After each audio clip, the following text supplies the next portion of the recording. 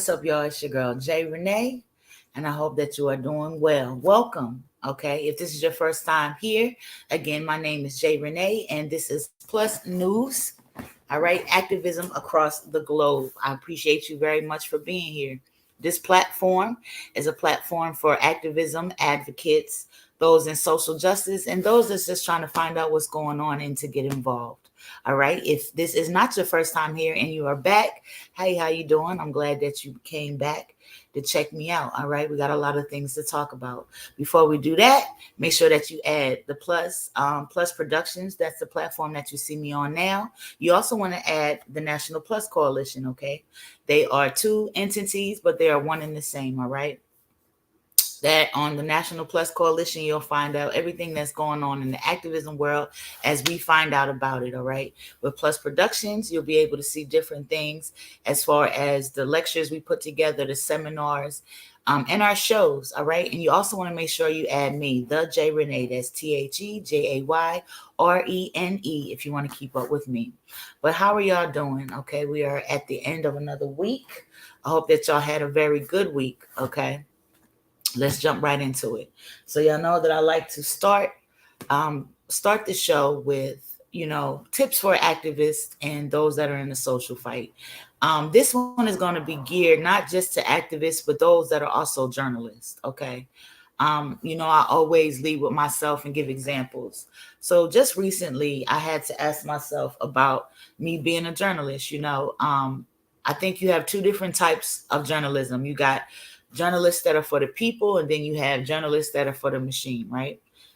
Those that are for the machine are the ones that's putting out and pushing out that type of things. That's usually like your ABC, CNN, and stuff like that.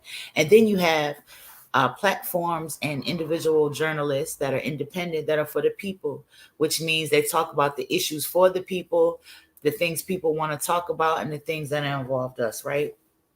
So I want to talk about two things when it comes to journalism, all right? You want to make sure that you stay true to your moral compass. You don't want to be doing things that's against that because it can be hard to follow through. And why? A lot of times when it comes to journalism and journalists, people are looking for the big story that's going to break them and make them famous, right? And you usually find that more from journalists that work for the machine, but you can also find it in journalists that are supposed to be for the people. So I just want to encourage y'all to be mindful of when you're getting into these people's lives that are having things that's going on with their loved ones, things that are going on with themselves. You don't want to see them as things you're checking off a list. You don't want to see them as this might be the story that's going to make me famous. These are real people. They have real emotions. They have real issues going on with themselves. So you just don't want to present and lead that way. That's, this is tips for us. So that's something I want y'all to be mindful of. Just recently, I had to ask myself, am I really cut out for this? And that might be something that might surprise y'all. But I say that because I came across some things that was coming to me about Nigeria. Remember, I've been telling y'all about that. And I haven't been personally sharing those images because that's just not my thing, But I had a moment to where I was trying to put a watermark on something and I couldn't because it was a picture of a body and I just couldn't do it. It just didn't seem right. So I didn't. And I had an entity that was okay with that type of thing because that same type of news still has to be out. But, you want to stay true to yourself because this is something that you're trying to do. You're trying to do for the people. And you just want to make sure that you stand true to yourself so you can stay true to the fight. So that's my tip for activisms, or my tip for journalists and activists too. Like I always tell y'all that, like, you got to pace yourself and place yourself. You want to pace yourself so you can stay in for the long haul. You know what I mean? And you want to place yourself in places that you're going to really be effective, places that you really can help these people. You don't want to drop in and out of people's lives and say, I'm going to offer you support, and then you don't because your workload is too heavy. So just be mindful of the things that you're getting involved with so you can give it 100%. So let's go into who you should add. All right. We're going to start with State versus Us magazine. All right. You can add that on Instagram, Twitter, and Facebook. It highlights high-profile cases, wrongfully convicted stories, corruptions in the prison system, and the police department. But it also talks about success stories of the formerly incarcerated, and it has stories of those that are still incarcerated but doing their thing. If you have a family member or someone that might need assistance, you can definitely reach out at the email State versus Us Mag. That's State VSUS Mag at gmail.com. All right. Next, you should add the Urban Law School. So the Urban Law School is a collective of paralegals and lawyers that are helping those that cannot help themselves. They are helping those that can't afford lawyers. They do pro bono work. They do some free work, and they do also charge for some things, but it's not highly expensive. So if you or someone that you know needs some help, you need some exposure to what you got going on, you definitely want to check out the Urban Law School. You can find them on Facebook and Instagram. All right, Prison Riot Radio, another platform that you want to add, the Voice of the Voiceless. This is a platform that is for the incarcerated, formerly so, and for their families. Part of this is to help for people to get their stories out. Some of this is to help people to get their craft out. They might write books, they might do music, things like that, and everything is free, okay? Unless you're looking for an EP or LP, but it's still not highly expensive. We do wrongful convictions, we do corruption cases, and all of those type of things. So you definitely want to add us. You can add us on Facebook under Prison Riot Radio, or on Instagram at prison_riot_radio. And we also have a website, which is www.prisonriotradio.com. All right, another person to add, San Francisco Bayview, okay? She has a live show that she does Monday through Friday. It comes on 9 Pacific and 12 Central. That's definitely a show you want to watch out for.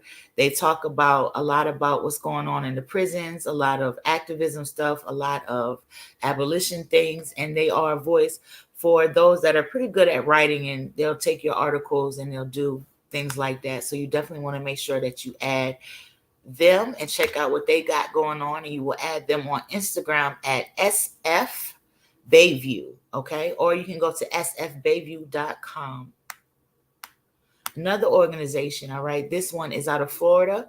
It's called Society First, okay? You can reach out and link with them at society-first. You're going to spell out first.com. They are helping people down in Florida. They have pro bono lawyers. They look into your cases. They expose injustices and things like that. So you definitely want to check them out, all right? We're all working together for the people. So these are all people that I think you should definitely add, okay? All right, so I'm bringing this up again. Now, I talked about this before.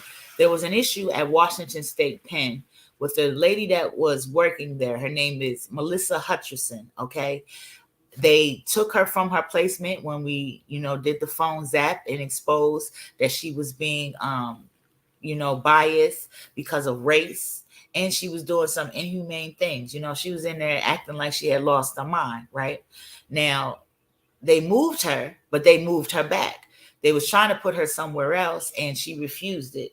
So she is back now. So we are going to be doing another phone zap about this. All right. So I want y'all to stay tuned. All right. Free Brittany Martin. All right. Brittany Martin, she was on here before. A queen. Okay. A queen for the people. She is always boots on ground. She has always been a loud and active voice for the things that are going on with us. And now she needs our help. Okay. She is probably about 5 months pregnant now. She was 4 months pregnant when she was incarcerated. I'll say kidnapped.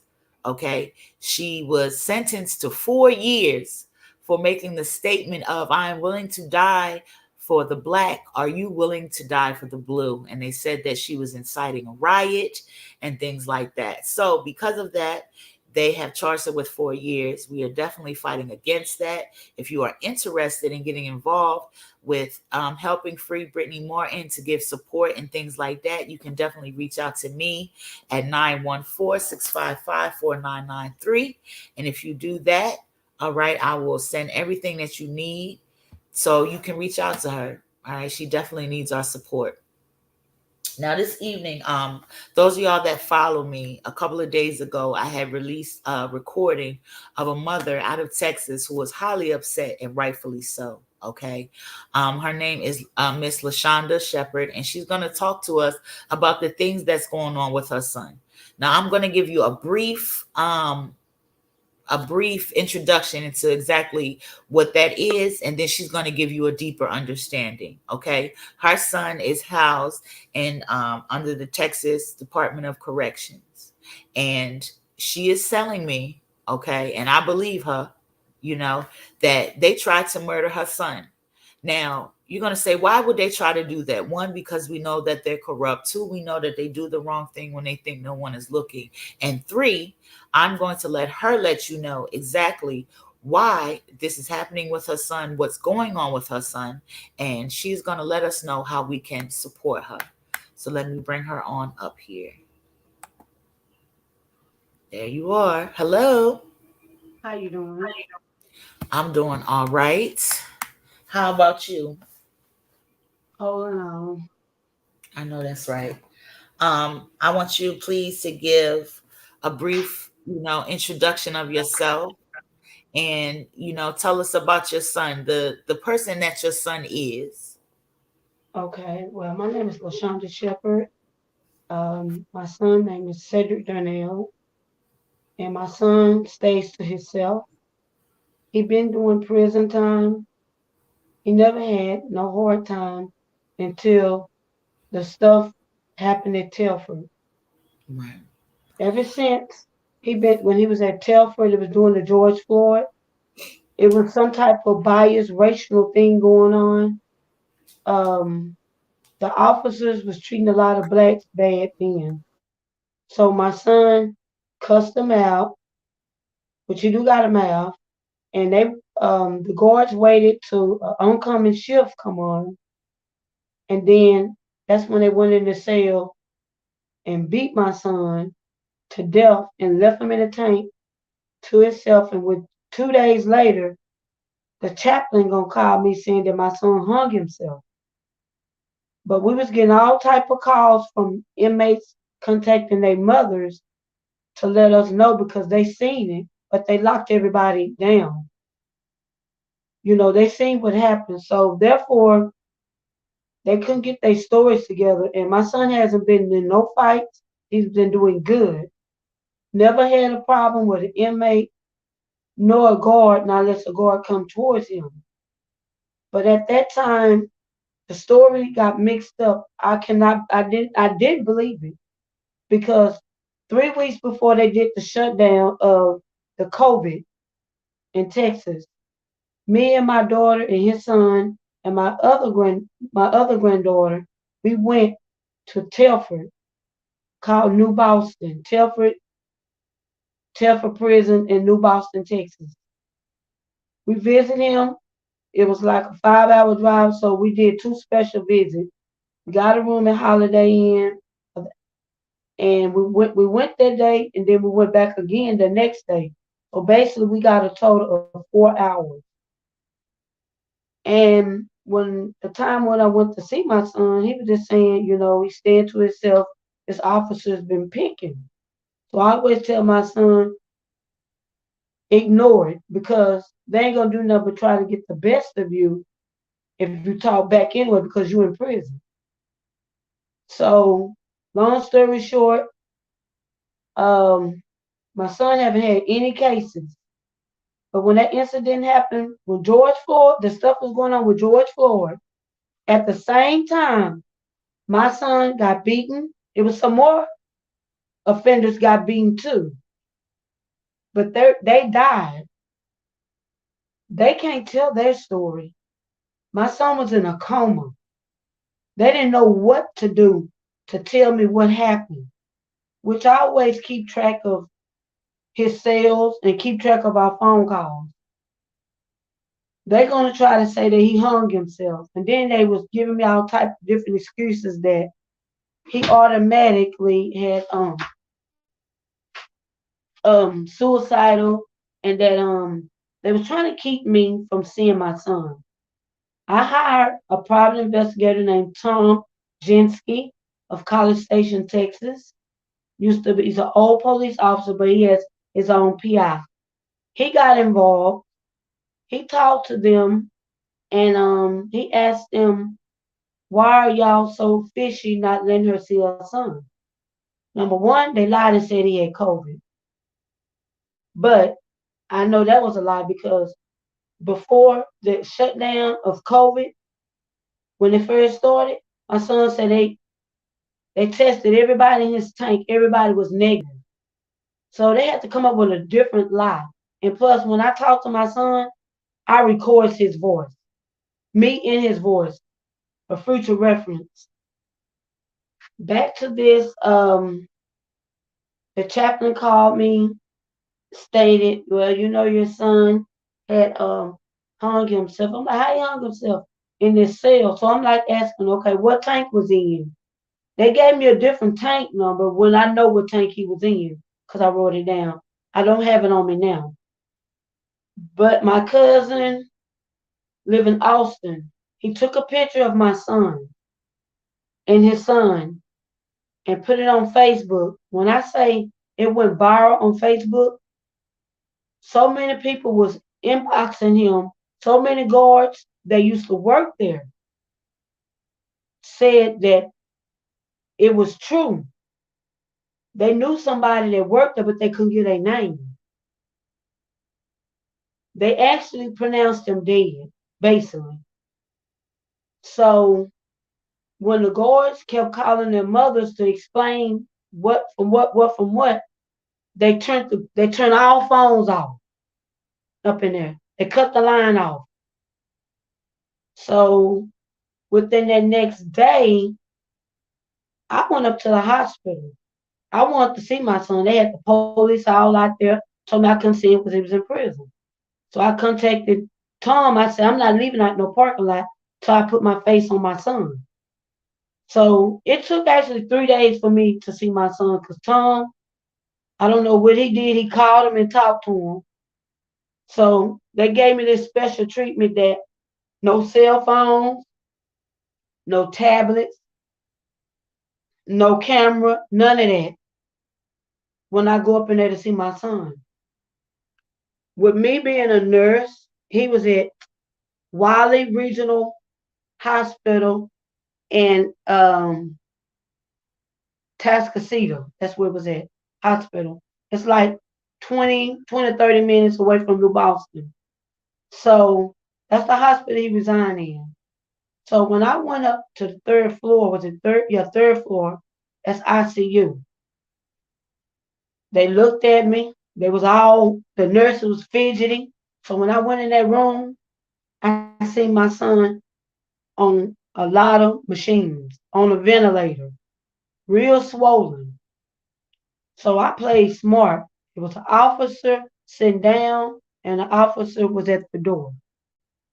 So I pulled the covers off of him. I checked his feet to see if there was any bruises. That was clean. I checked his legs. I went all up to the front part. He had like a neck brace. I removed it. I seen scratch marks and bruises around his neck.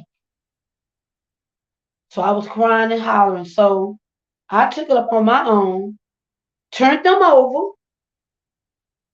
I checked his ass crack, excuse my French, to see if he'd been raped. That was good. I checked his back from the center of your neck going on down to below your back towards the lining of your butt a little bit.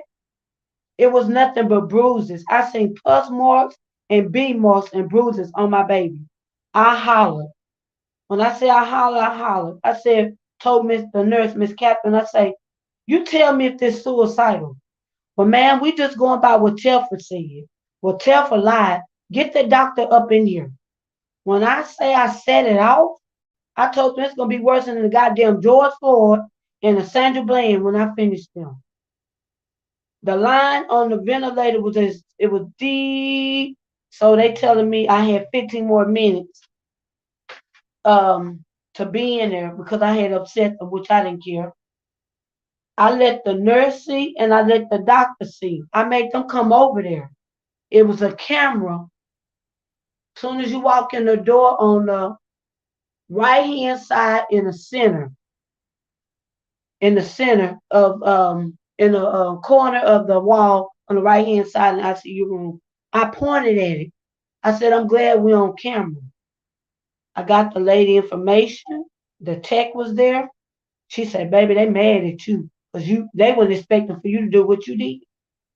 When I witnessed that on my son, and when my time was up, I told them before I left up out of there, if my son make it up out of this hill, and I was hollering my dad's name that was deceased, if my son make it up out of this hill, he's going to tell me. I would just holler my son, don't give up, don't give up, don't give up, son. Your mama here, your mama here. They got real upset and said, well, we just going by what the Telford, Barry Telford unit says. I said, yeah, y'all in it together. I said, do y'all like to snatch for line? What did I witness on his back? What did I witness on his back? I witnessed pus marks, whip marks, like they beat my baby like Kunte Kinte. I said that. I was crying, hysterical. I told them they're going to pay. The doctor's going to pay. The nurse is going to pay. When I showed the doctor couldn't do nothing but put her head down. The nurse, Miss Catherine, she was so red in the face, she started coming clean. I have a nephew that's locked up. Miss Shepard, I'm sorry. How you don't know when you clean a person and when you in ICU room, you check every body parts and you take pictures. Right. So you can't tell me. I'm a nurse. You can't tell me. She was discombobulated. She said, I can't say nothing right now. That woman was so speechless because, Right. I caught them in lies. That woman had tears in her eyes. Mm, mm, mm. So one of the texts there, I got a piece of paper and I scribbled out my number. Uh-oh. I know she will be coming back. She looked like she just lost connection. Um, it's deeper than that. That is just the beginning of it. Okay, we got her back. Okay. Sorry we lost you there. I'm glad you made it Yeah, back. we had, okay. So basically, when the doctor seen it, the nurse seen it, the doctor, Mhm. she barged right out the ICU room. And I got her name. The nurse, she started pleading the fifth with tears in her eyes. So she know that they messed up. So one of the techs gave me an eye contact. So I scribbled my number down on a piece of paper. And when it was time for me to go downstairs to leave the hospital, I played like I didn't know how to go out, where the hospital, the Right. exit at. So she followed me and I slid it in her hand. When she went on her break, she texted me. She said, Miss Shepard, whatever you did, he got a heart rate. She said, I'm letting you know.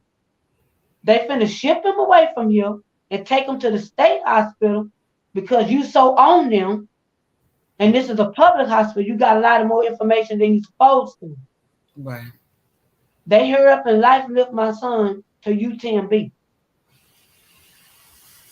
So when they sent him to UTMB, I stayed 2 days down there thinking what the hell I'm gonna do.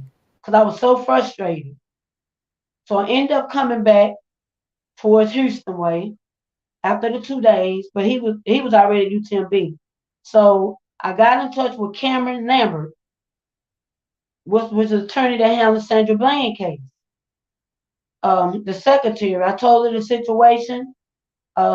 She gave me his cell number. He called me. He told me what to do. Go to UTMB with another phone. Put a phone somewhere. Have a phone in my hand. So when I tried to go up in there with the phone was in my back pocket. That was the dummy phone, but the other phone was like in my panties. So they kind of stopped me at the door, and I'm like, I come to see my son. He was beaten. They gave me all type of excuses about this and they state property. I don't care about being state property. They called the police. I still wouldn't leave. So it was one lieutenant came down there and told me that he was going to keep me posted of what's going on with my son. So it was a lady going to her car that worked it there. I slid my number to her. A number, I'm anonymous because we on live. She kept me informed of everything. When my son came, he was still in a coma. When he came up out that coma, my son woke up fighting because she texted me. He woke up fighting. And she Wow. stated, she texted me and said, I'm going to call you private when I get home. When my son woke up fighting, the chaplain at the UTMB contacted me because my son was going crazy. Right. Once he heard my voice, he calmed down. He had the tears in his mouth and Mom, they can't make me take meth. I'm not taking no meth. I can Mhm. understand.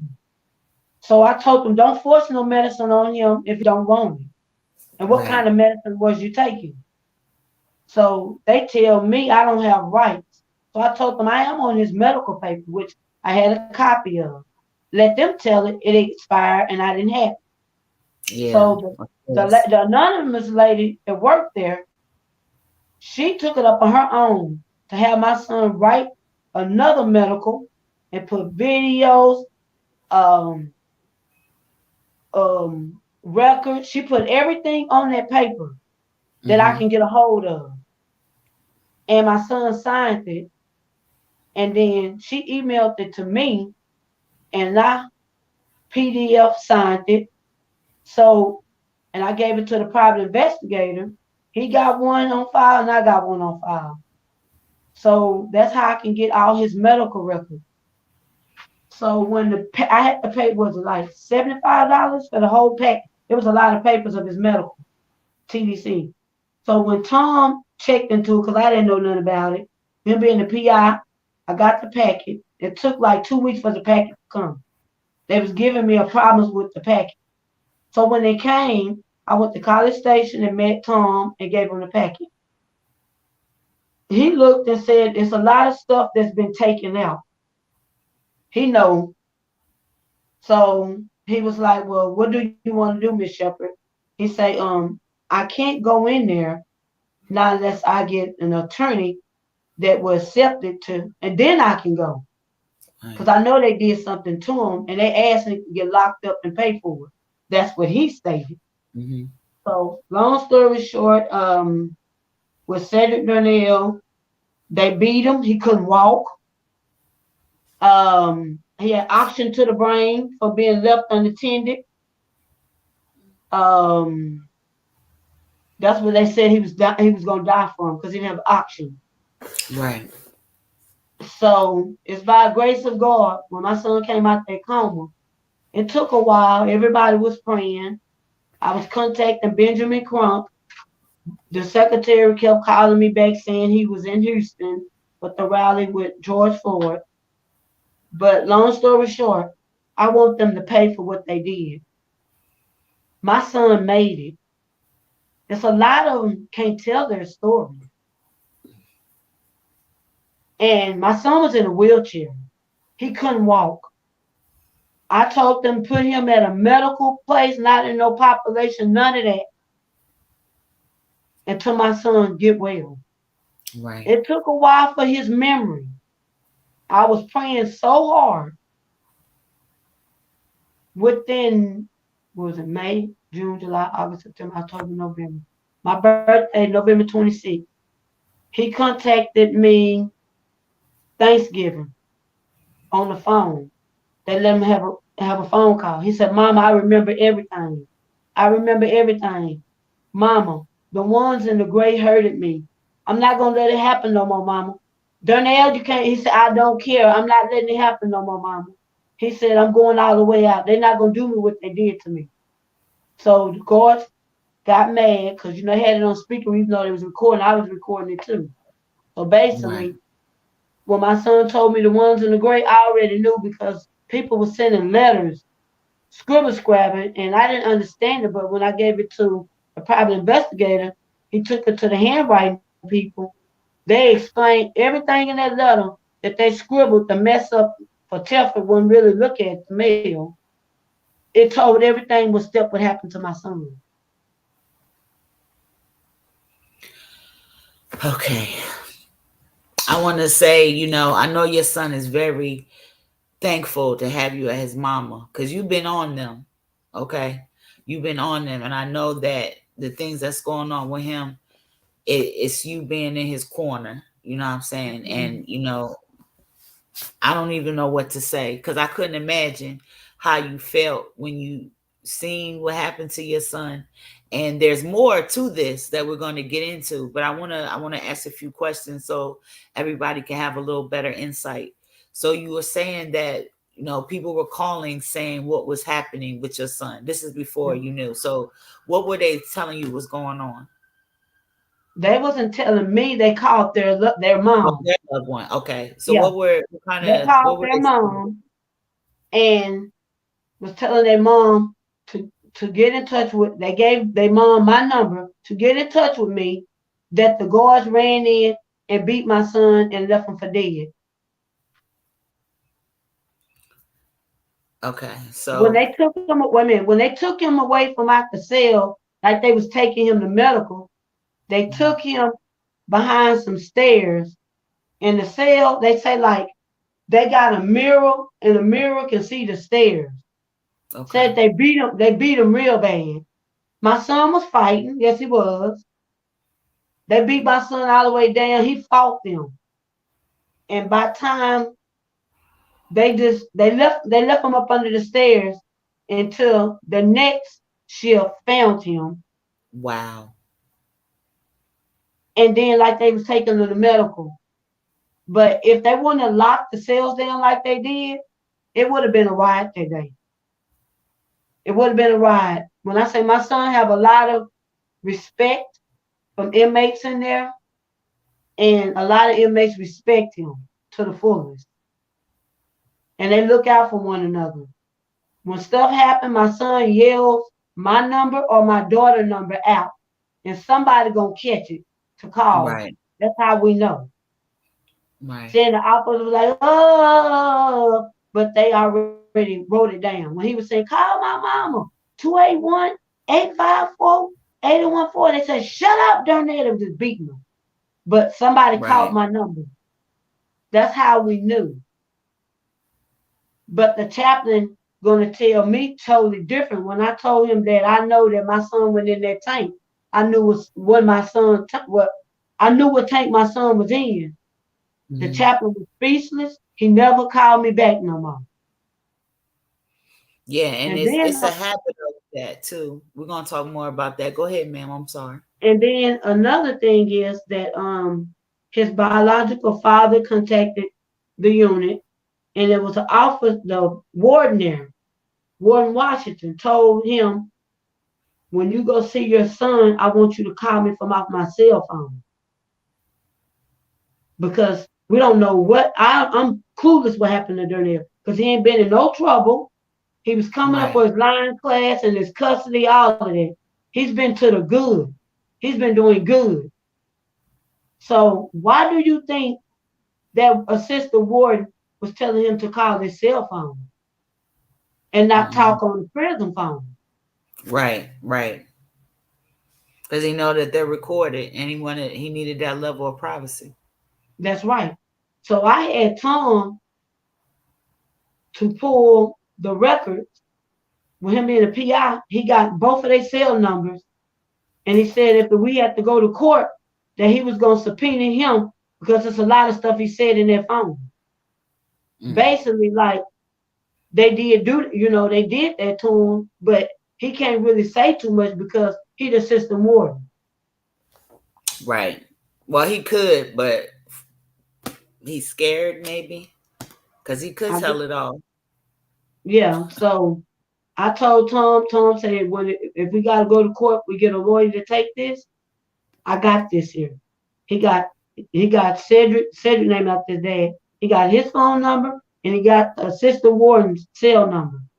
He said he can always pull it up through the data and he know every conversation that they had. He can pull that up and once they get subpoenaed, he was gonna subpoena the nurses, the doctors. He got everything that was going on. I just couldn't find a lawyer at the time because everybody was on to George Floyd. Right, right, right. I understand.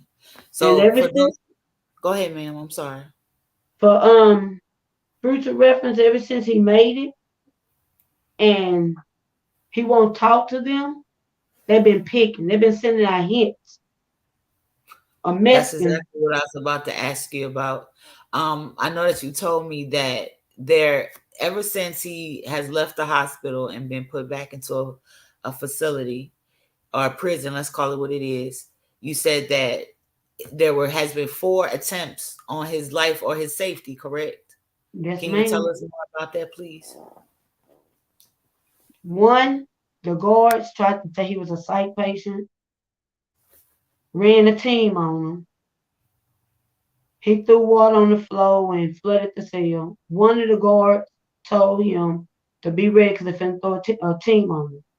He told Holland, I'm not no psych patient. They came in there, and once they came in there, they was falling in water, and he just started pulling their mask off, giving the dose of their medicine. That was at UTMB. That's what this happened this year, exact. So, Uh-oh. long story short,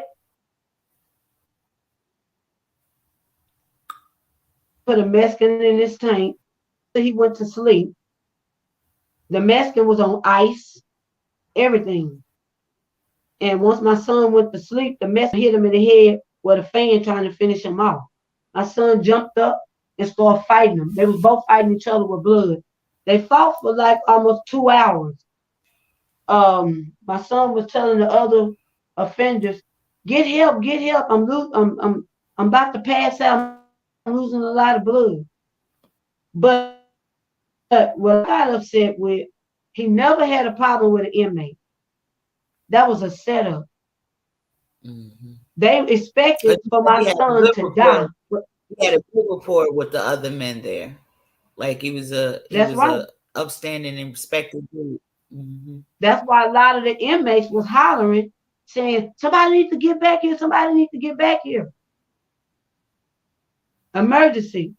They did not want to come back there because they wanted the job finished. It didn't go in the way that they wanted to go. When they came back there, suited up, my son was still standing full of blood. The Mexican was full of blood. My son's nose was broke as somebody's mouth.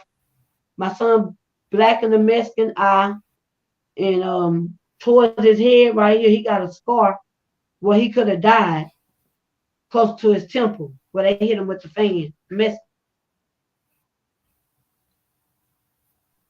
So long story short, they both went to the hospital. Someone in there contacted us and told us about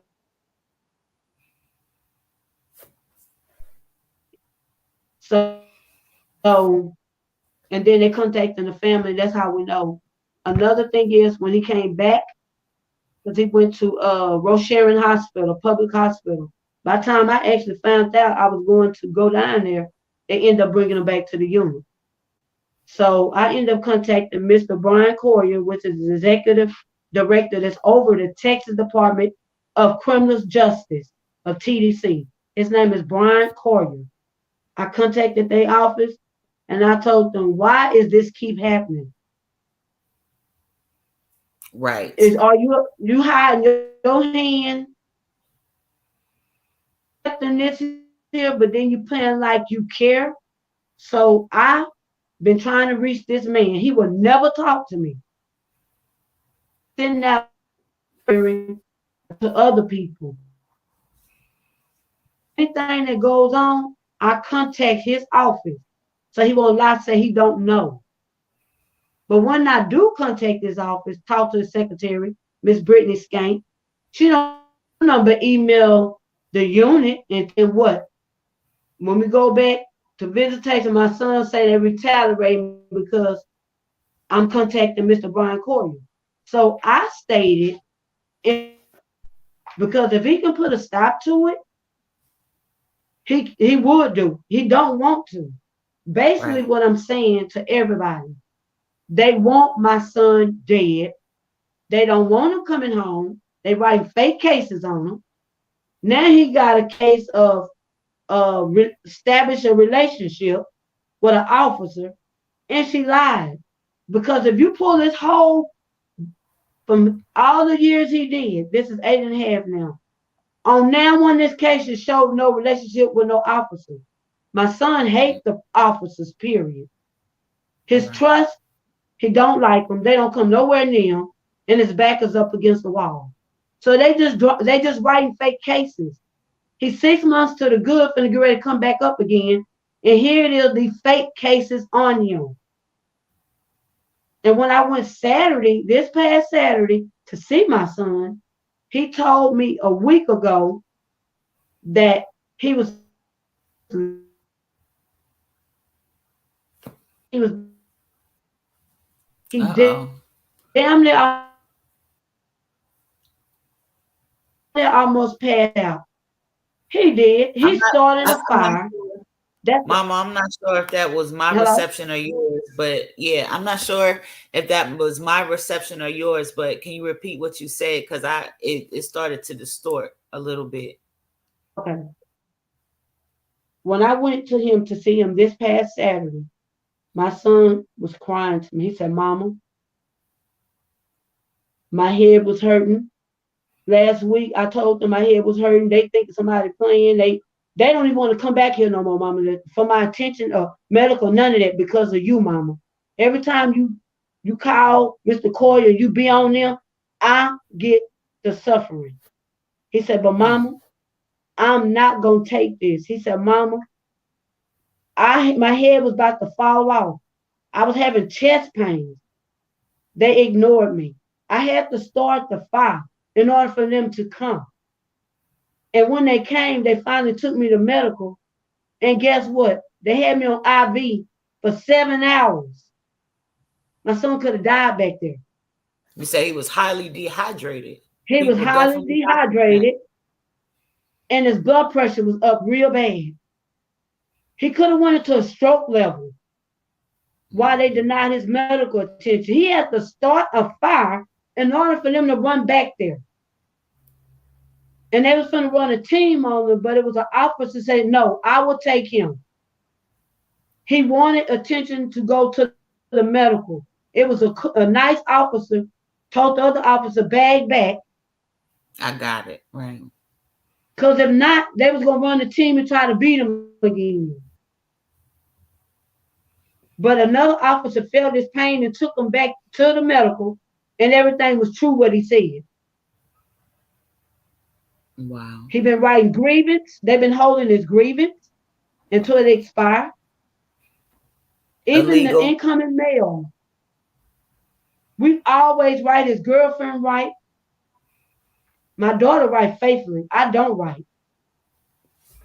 He haven't been receiving now of they cutting all communication from the phone to the letter. So I told my son, "I need for you to take a deep breath because the tragedy is almost over.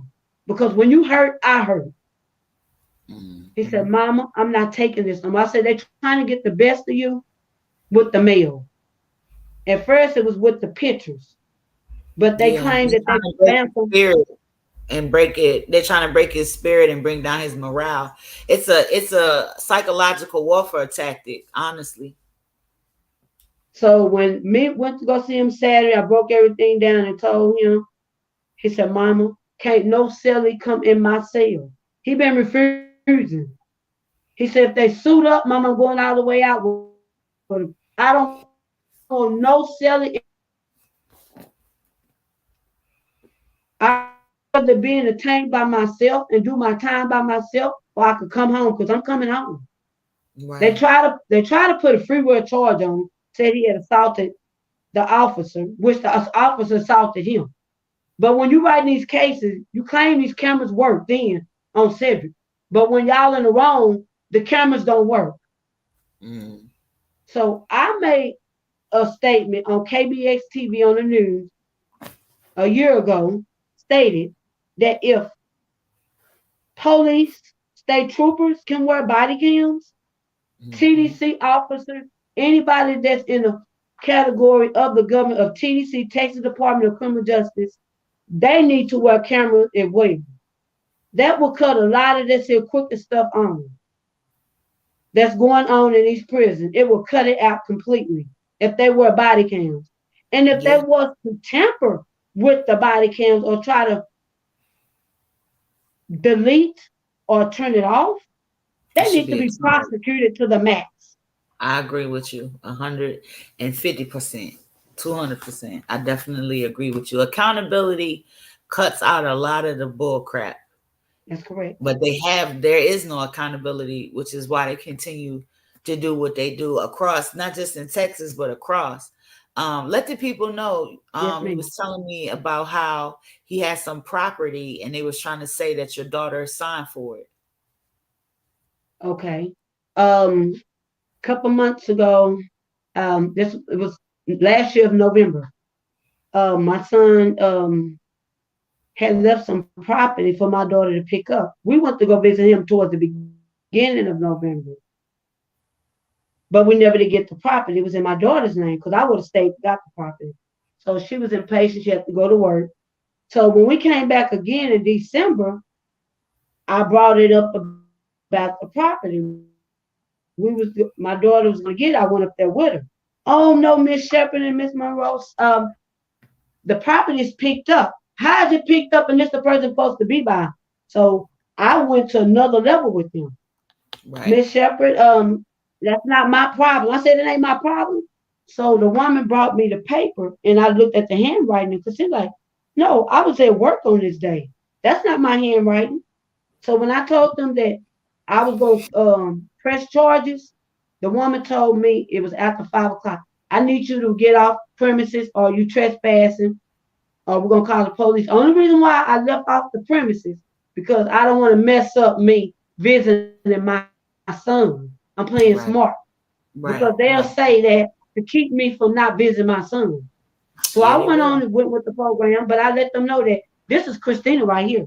She just told you to your face that this is not a handwriting. And plus she was at work. So y'all false signing papers of people now. So I got a call through one of the ladies that work in property. She left me a message on my voicemail within a week to tell me to call her and to deal with her only because she was going to find out where the property went to. Why within that next third day, the property showed up because they knew I wasn't getting up off of it.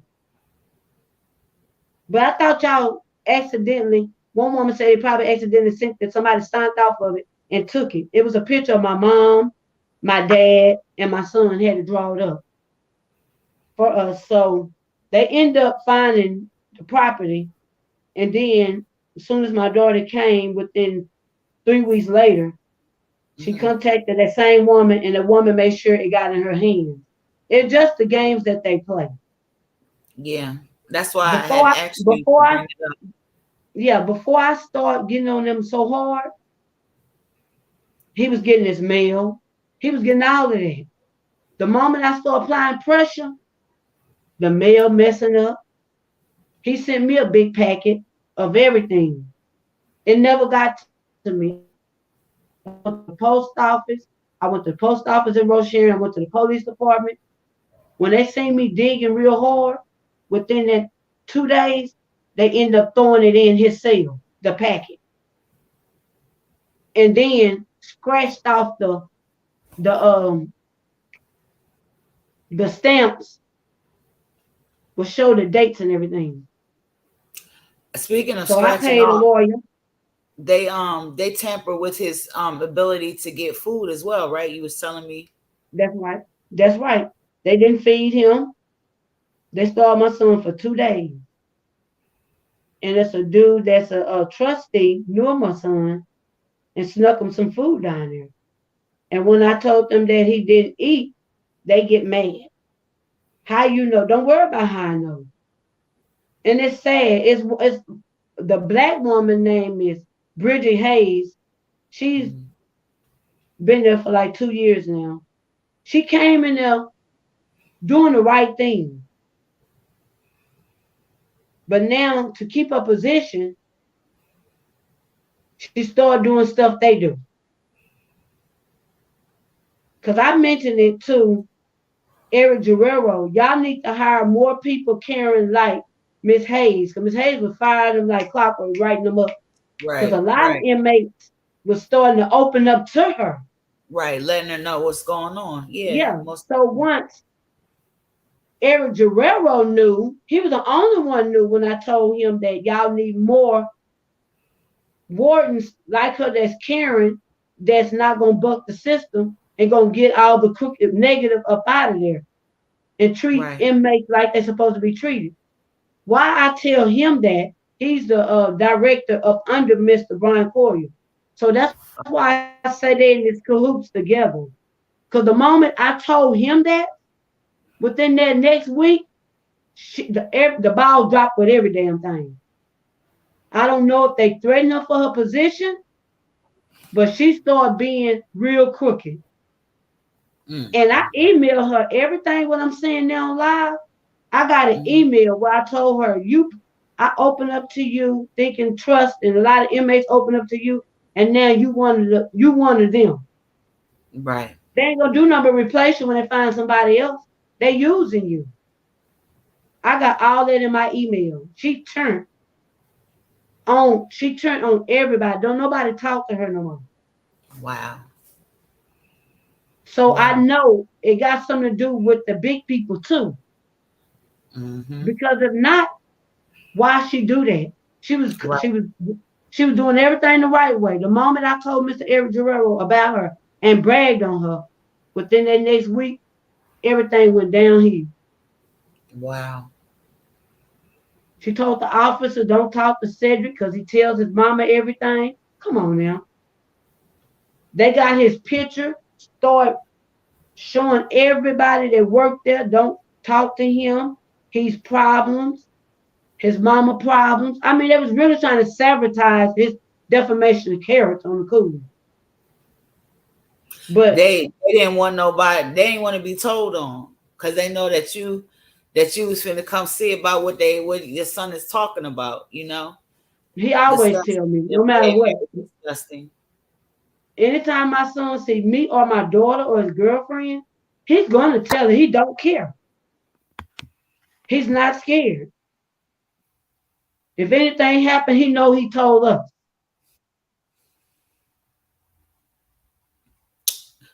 So let me ask you, what can we do? What can we the people do? What can us activists and advocates do to support your son and assist you? What would you like for us to do? Basically, I want my son home. He come home March the 7th of 2024. He did his 10 years. Hmm. But they don't want him home. Basically, they want him dead. I'm gonna leave it at that. And not only just dead, they also want free world charges. If you get free world charges, that means you get to stay more time in prison. Okay, Basically, understood. after you finish your discharge, that means you still got to go back to prison, do more time because you caught a free world case in prison, basically. Got But it. every time they try to stick a charge on him, it don't never stick as a free world charge. They're trying to take him to his lowest to take him all the way out. So what I stated to Brittany Skank, which is Mr. Coyer's secretary, the executive director over Texas Department of Criminal Justice. He's over all the prisons in Texas. You tell him that Miss Shepard said since he don't want to get on the phone or hiding from me and sending everybody else to talk to me, you tell him he better make sure my son alive, safe, no drug overdose, no Right. nothing in his food, nobody trying to throw hits on him, no Right. glass in his food, because it's gonna be hell to the captain. I'm going for him and everybody else. And it ain't gonna be resign or walk off. They ass is gonna feel the repercussion what they did to my son. If I got to suffer, they're gonna suffer as well. Only thing gonna stop me is that man up above. I give my life on the line before I sit up there and keep on letting them treat my son like an animal. Because I won't fold. I'm going to forever stand up. I know And that's he's right. going to stand up. We have a viewer, My son Missy said it earlier. Cedric Durnham. Ma'am. Okay. Yes, I was gonna ma'am. say Said it Tyrone Donnell. we have a viewer. They said, Miss Shepard, you are not alone. When one of us hurts, we all hurt. Okay. Everyone that is watching, if you're watching now, if you will be watching later, share this everywhere that you can. All right. We need to get this exposed, what's going on at that prison. And can you let them know the name of the prison again, please? The prison was Darrington of Ross Sharon unit. They changed the name. It's called Memorial in Ross Sharon, Okay. Texas. You can pull it up. Memorial unit, which it was known as Darrington unit. Also, Greg Abbott knows what's going on. He wrote me a letter saying, talk to Chris Love. Like he don't have anything to do with it. I even wrote the president, the toupee man, when he was in a chair at the White House. I never got a letter back from them. I know who the. It I took me a second also when you wrote said the two-pay man, but I'm following you, Mama. I'm with you. Trump. So Mm-hmm. I also wrote the Senator of Congressman Sheila Lee Jackson of Houston that want to be on live with everybody else with the white folks. But when I went to her, she never helped me.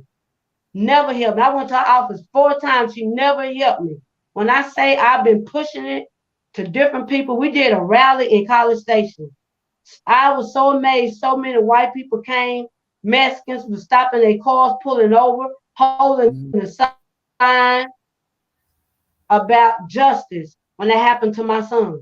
A lot of people was coming clean to what happened to their family, but it's a lot of more also human beings that's scared to get out there. Me, I'm not Yeah. scared. I won't stop until justice is done. I want Brian Coyer that's over everything. He needs to be exposed. Greg Abbott, as well, the governor of Texas in a wheelchair, he needs to be exposed. They allowed all this stuff to happen. My son ain't never had no hard time until he made it. Ever since he made it, it's been problems. I barely get sleep. I'm stressed. My mom and dad come to me 24/7 telling me, stand strong, make sure they come home. And that's what I've been doing. My parents are deceased now. Mm-hmm. And my son told us this here Saturday, Mama, I'm messed up. He went to go talk to a psych. He told the psych, they playing with my mail, they playing with my family. Why they just won't leave me alone, let me do my time? He said, let me get this clear. Put this on record. I'm not suicidal. I'm not going to hurt myself. I just want to do my time in peace. The Right. man asked him, do you want some medicine for depression? He said, no. Only medicine I'm taking is high blood pressure medicine. And my mom will be informed of everything that goes on with me. Said the man Right. told him, tell the officer, come get him and take him back to his cell. They got mad. Hmm. He's not taking Absolutely. no psych medicine. You're not gonna mess his head up. Because when you do something to him, you're gonna use that as an alibi as psych. My son is not labeled as psych. For those of y'all that are just tuning in, I'm gonna give y'all a quick recap, and then Ma, you let me know if I said it right. Okay.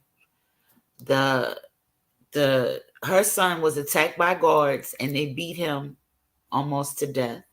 And then they tried to say that he attempted to kill himself. She got to see him in the hospital, and his body clearly shows that he was abused. And since he made it out of his coma, when he woke up fighting.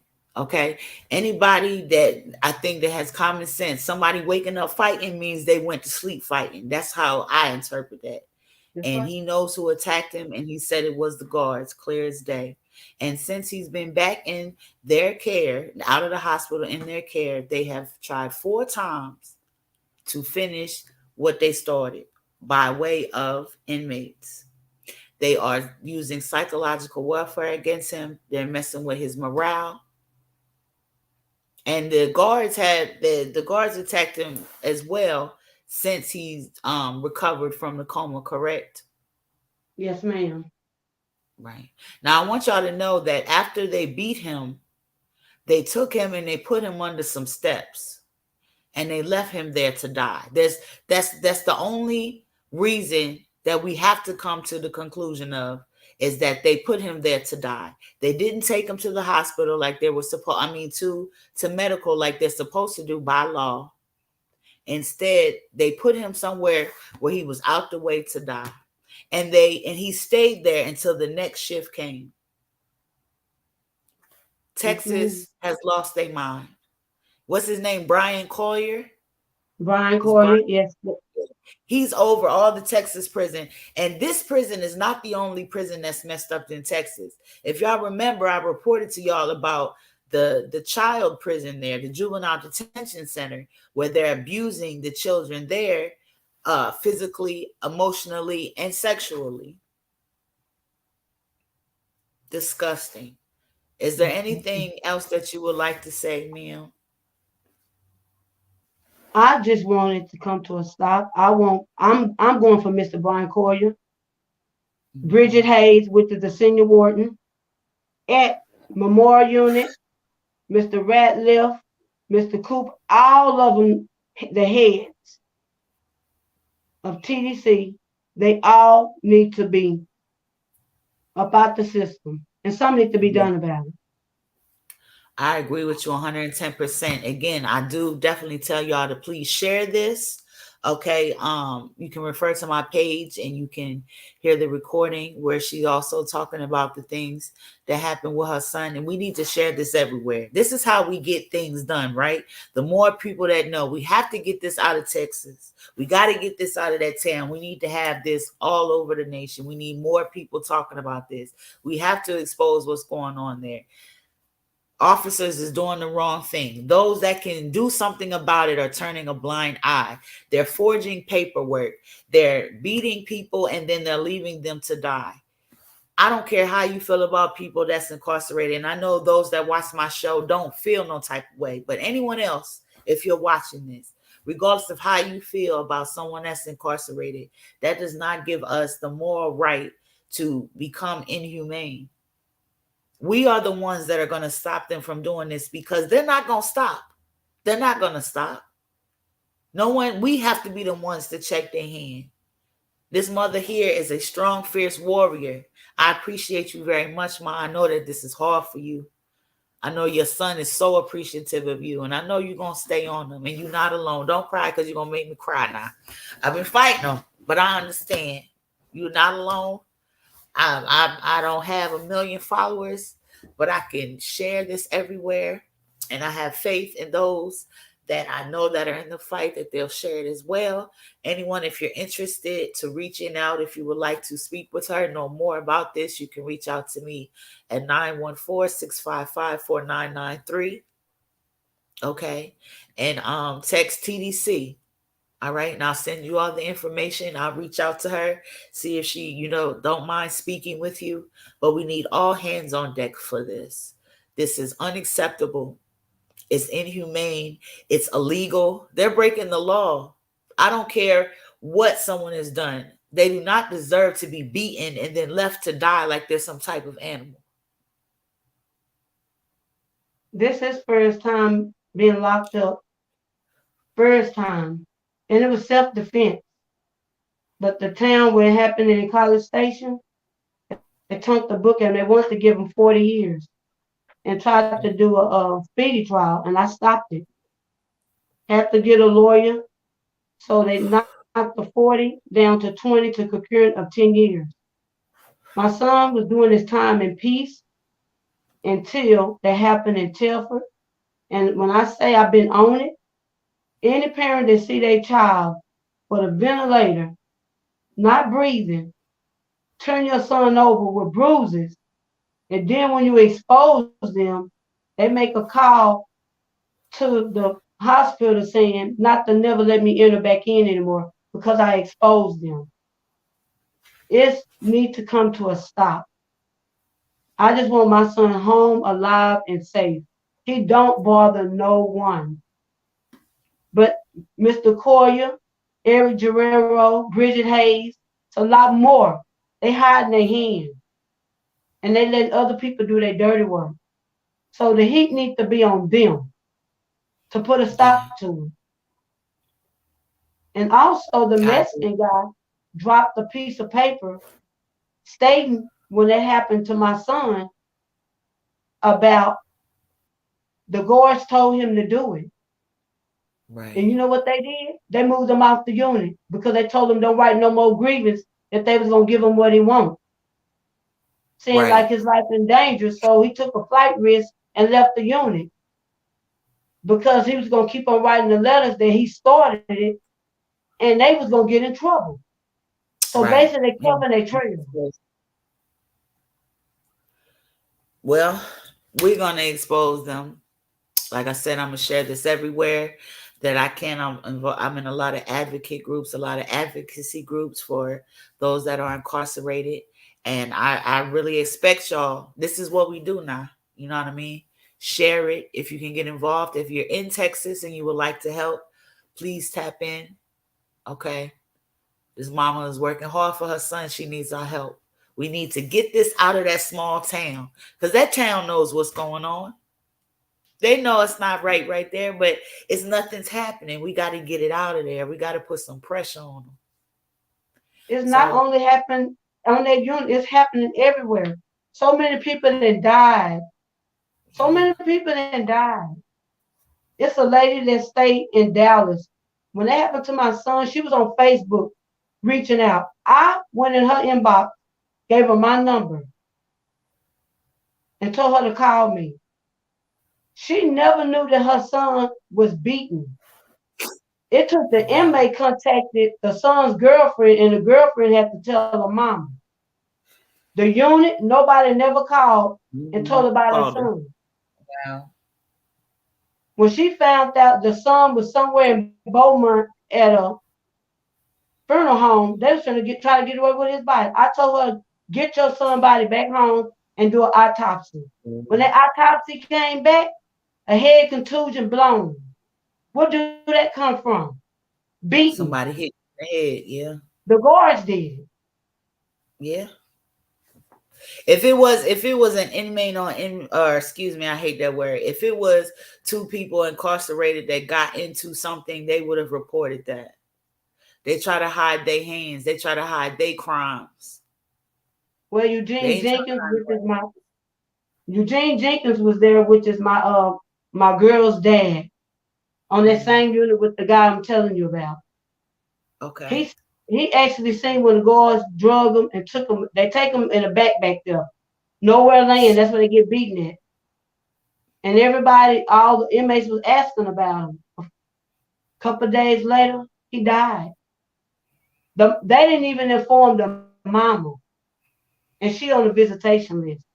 It That's took the disgusting. boy contact his mama, one of the inmates that contact their mom to contact the boy's girlfriend, and the girlfriend had to tell the boy's mom what was going on.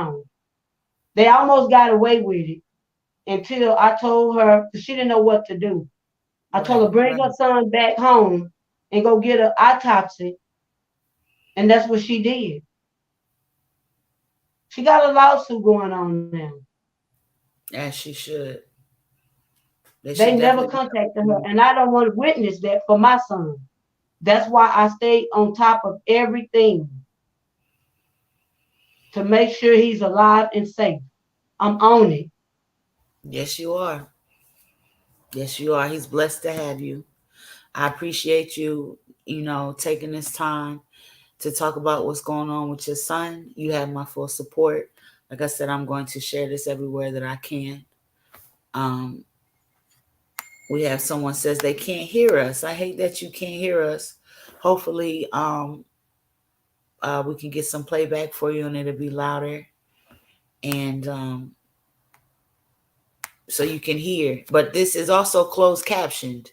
Okay, so it might be a little taxing but you can definitely read what we're saying. You can reach out to me, 914-655-4993. Okay. And I'll give you all the information, the starting point, and then we can go from there. All right. This mother needs our help. I can't, I can't beg y'all enough. I beg you. You know what I mean? I don't think I have to. I have faith and my fellow advocates and activists, but we got to get this out of this town in Texas. They need to be talking about it in Chicago, New York, Delaware, where I'm from, Philly, California, Florida, because we notice that these people don't do the right thing until we get on their ass, until we get grouped up in numbers, and then you have everybody's looking at it. It's a problem in this facility, obviously. And like she's saying, her son made it. And when she said made it, she means they didn't successfully kill him because they tried. Anytime you beat somebody and abandon them under some steps until the next shift comes, you're trying to murder them. He was in a coma. She goes to see him. His bruises all over his body. He wakes up out of his coma fighting.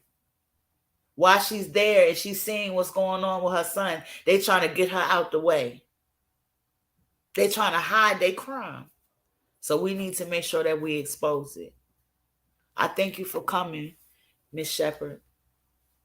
Okay. And another thing my son said when he woke up out of his coma, he said, Mama, Papa was right there by my foot the whole time I was going through it. Which he was saying my daddy was an angel right there with him. Mm-mm-mm. He was on the And brink that's of what death. It's all right. We're going to get this I out just there. want We're going to justice. push. I won't stop until justice. They need to pay. The ones in Telford also.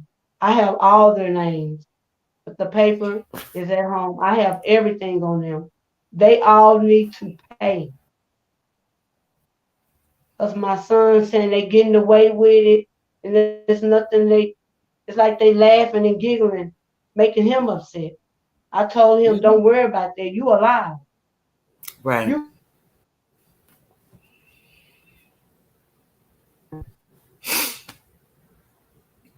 Uh-oh. We're having a little bit of connectivity issues. You can't tell me when it be acting crazy that it's not the machine trying to stop what we're trying to put out there. There you go. I think you coming back. It's kind of choppy. I'm not really sure what's going on, but this is definitely not the last time that we're going to speak. I know that you're going through a lot, but you was a strong mama bear, and you on it, mama. You definitely on it. Your I do son is blessed. whatever. Not just for my son, maybe this will help out for a lot of more inmates that the mom don't know what to do and they can open Yes, ma'am. All right, my dear. I'm gonna speak with you shortly, okay? Uh-oh, it's chopping you up again. You heard me? hello. I can. Yes, I said I'm gonna speak with you shortly. You have, unless you had something else you wanted to share. I just want to make I want all mothers come clean and we need to tear the bad ones down. Get them up out of there. So our loved ones can Um, come home. yeah. And with that, I'm gonna speak with you. I'm gonna wrap it up, and I'm gonna give you a call, okay? Okay. All right, dear. Oh, Yo, we gotta tap into this. We gotta tap into this. There is a problem in TDC, Texas Department of Corrections. There's an issue there. We have this facility that she was talking about. We got the juvenile facility down there where it's reports of abuse of all kinds. And we know that though, right? We know these prisons aren't worth a damn. We know they want that money. We know that they're corrupt. We know that sadistic people work at them sometimes are in control and do the wrong thing. That's why us as the people, we have to band together. We have to become a collective voice. We got to get eyes on these problems so that we can tackle them, okay? We got a new week starting tomorrow. I hope that y'all are taking care of yourselves. Make sure that y'all are pacing yourself and placing yourself correctly. Remember, when you're coming into these people's lives, they are not a check off the list. They are not a story to be broken. They are not, let me do this so I can get clout. These are real people. And just be mindful. I know that if you're an activist, an advocate, or a journalist for the people, I know that your best, I hope that you're leading with your best interest of heart, right? But sometimes you might can get caught up in things that really don't matter. So I'm just saying, make sure that you don't go against your moral compass and that you're not treating people like they're numbers or a to-do list or a check off. Okay? If you're going to place yourself with them, make sure that you have the ability to help them fully and to be there for them in the long haul. Okay? I hope y'all have a great week. I hope that your weekend was awesome. I think that I'm gonna start. I have a class for the rest of this month on Sundays, but I think I'm gonna start doing the show a little earlier, maybe like 7 o'clock. Bringing a little 7 Eastern on them. I think that 8 is prime time. So I don't want to make anyone miss their shows. We should be able to get some leisure in with the work that we do. So I'm gonna try to come on earlier for y'all. I appreciate y'all for being here. Please share this live. If you haven't added Plus Productions, please do so. This is what you are seeing me on now. I also add the National Plus Coalition. And of course, you want to add me, the J Rene. That's TheJayrene. And if you are someone that's interested in getting into social justice, 914-655-4993. Just text interested. Okay, and we can see where we can get you in there. Sometimes you don't have to do great things. I don't you might can't do what I'm doing and talking to people. You might be more of phone zapping where you call facilities. You might be more of sharing things on social media. You might have some connections where you can say, hey, I know somebody that might can help you. Every little thing that we're doing to try to help the people to make things right means something. So don't ever think that what you can contribute is too small. Okay? Y'all have a great week.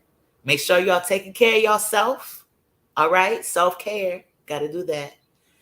And it's been an evening. Okay, it's been an evening. I appreciate y'all very much. And I'm out of here, okay? Let me play the outro clip for you. I'll see y'all next time.